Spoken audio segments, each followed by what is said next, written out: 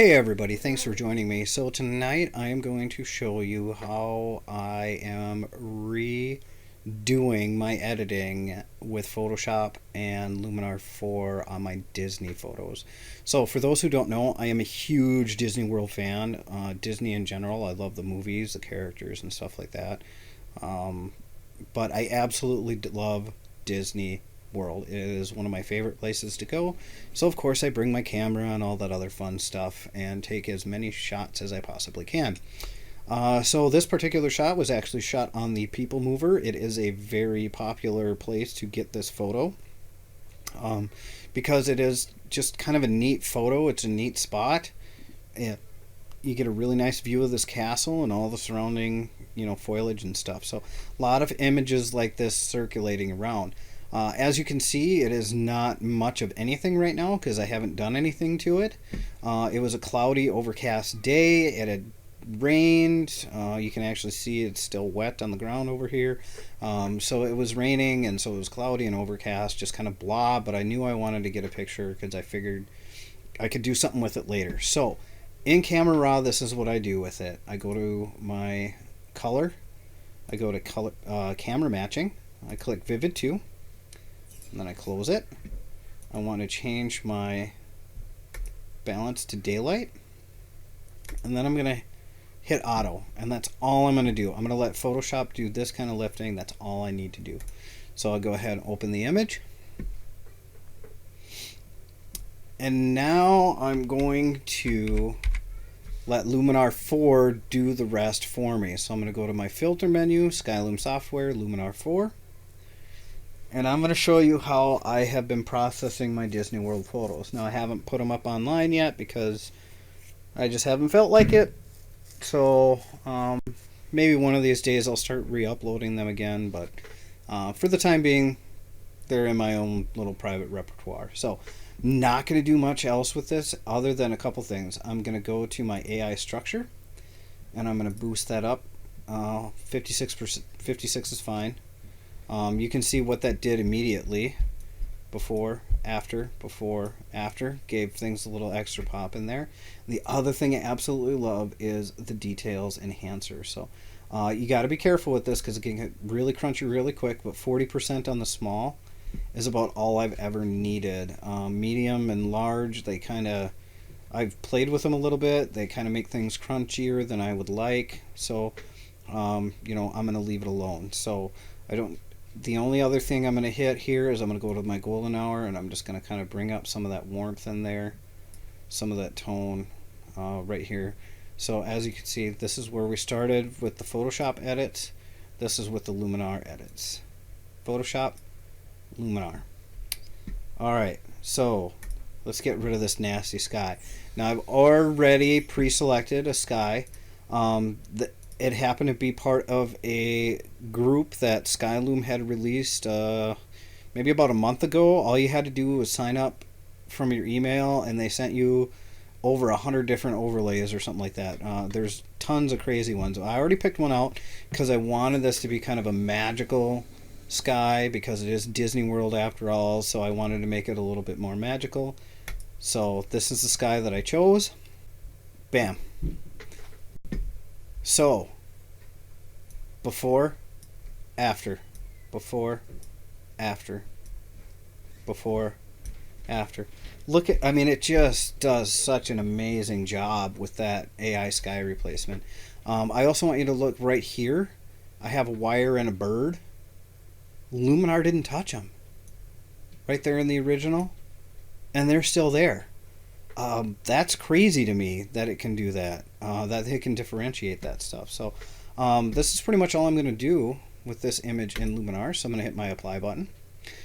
And I'm going to let it export it.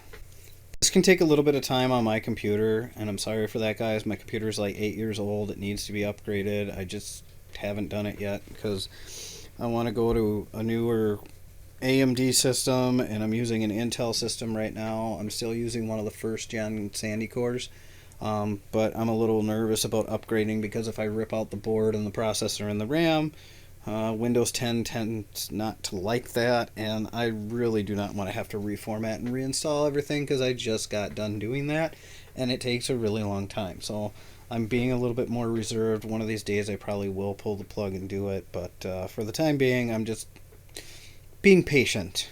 But if I start making more YouTube videos, I'm going to have to do it anyway. So here we go. Wow, right? Just right off the bat, wow. The only thing I'm going to do for right now is actually I'm going to come in here.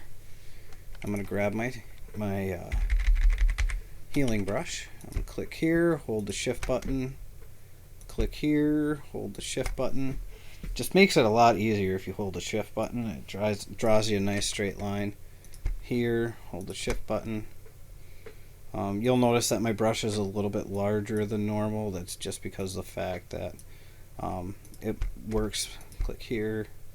It works a little bit better with the shift, like the bird. Sorry, bird, you gotta go.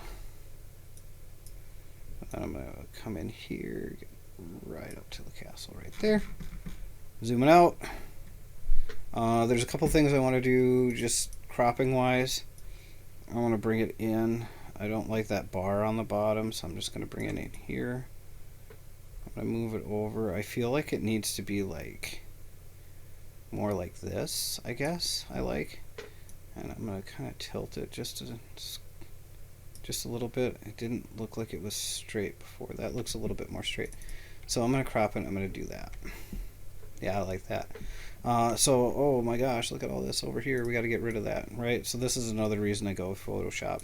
I can split this image in half like this, and then I go to image, or excuse me, edit, content aware scale, and then I can just, being careful to drag it, I can just drag it right over there.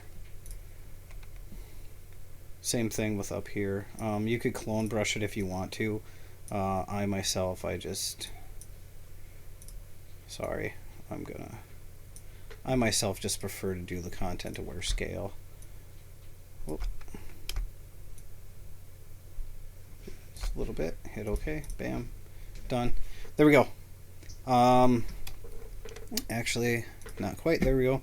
A little bit of that bar left, so I can bring this up just a little bit. There we go. So there, I am absolutely happy with the way this turned out. That's where we started. And that's where we ended.